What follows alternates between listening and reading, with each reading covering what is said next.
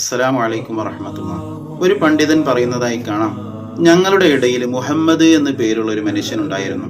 അയാൾ നിസ്കരിക്കൊന്നുമില്ല. പക്ഷെ പരിശുദ്ധമായ റമദാൻ മാസം വന്നു കഴിഞ്ഞാൽ അദ്ദേഹം കുളിച്ച് നല്ല സുഗന്ധമെല്ലാം ഉപയോഗിച്ച് പള്ളിയിലേക്ക് വരികയും നിസ്കരിക്കുകയും ഒക്കെ ചെയ്യും. ഇതിനു മുമ്പ് കഴിഞ്ഞ നിസ്കാരങ്ങളൊക്കെ അയാൾ ഖളാഹ് വീട്ടുകയും ചെയ്യും. ഇതിനെക്കുറിച്ച് ആ മനുഷ്യനോട് ചോദിച്ചപ്പോൾ ആ മനുഷ്യൻ പറഞ്ഞു, ഈ മാസം അത് തൗബയുടെയും പാപമോചനത്തിന്റെയും അതുപോലെ തന്നെ അനുഗ്രഹങ്ങളുടെയും മാസമാണ്. ഞാൻ ഈ പ്രവൃത്തി ചെയ്തു കഴിഞ്ഞാൽ അള്ളാഹു സുബ്ഹാനഹു വ തആല എനിക്ക് പുറത്തു തന്നാലോ?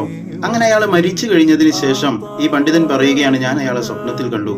ആ സമയം ഞാൻ അയാളോട് ചോദിച്ചു, മാ ഫഅലല്ലാഹു ബിക, അള്ളാഹു നിങ്ങളെ എന്ത് ചെയ്തു?